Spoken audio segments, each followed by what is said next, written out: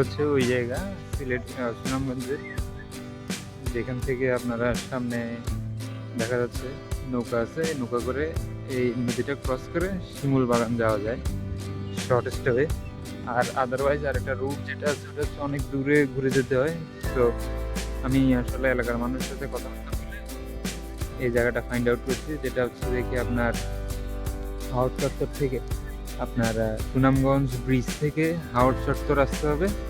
হাওড় চত্বর থেকে ওখান থেকে ধনবাড়ি থেকে আপনার অটোতে বললেই হবে যে আপনার শিমুল বাগান যাবো। শিমুল বাগান বললে ওনারা এই জায়গাটাতে নামাই দিবে, 50 টাকা করে নিবে লোকাল অটোতে।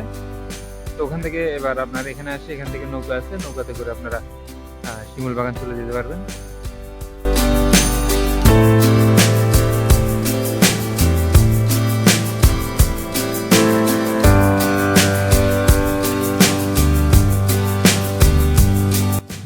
শিমুল বাগান যাওয়ার জন্য যে নৌকাগুলো ছাড়ে, এই নৌকা ছোট ছোট ট্রলারের মতো নৌকাগুলো, এই যে দেখা যাচ্ছে একটা, এগুলোতে করে 10 টাকা করে ওই পাশে যাওয়া যায়। আর এই পাশে হচ্ছে শিমুল বাগান।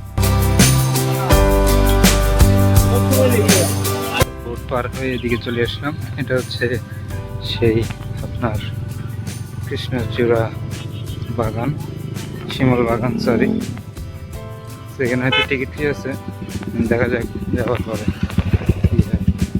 ফাইনালি আমরা চলে আসলাম শিমুল বাগান। এটা হচ্ছে সেই শিমুল বাগান, সুন্দর, পর্যটকের ভিড় আছে, নানান ধরনের চরকি আছে। আর ঠিক এই শিমুল বাগান থেকেই আপনার ওই যে দূরে যে পাহাড়গুলো আছে ওগুলো দেখা যায়। আর পাহাড়গুলোর অবস্থান হচ্ছে অবশ্যই ভারতে।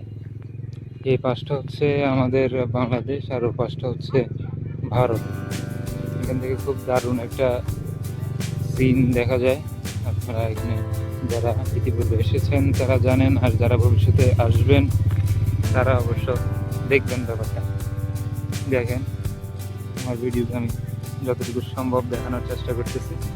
এটা হচ্ছে সুনামগঞ্জ সিলেটের শিমুল বাগান।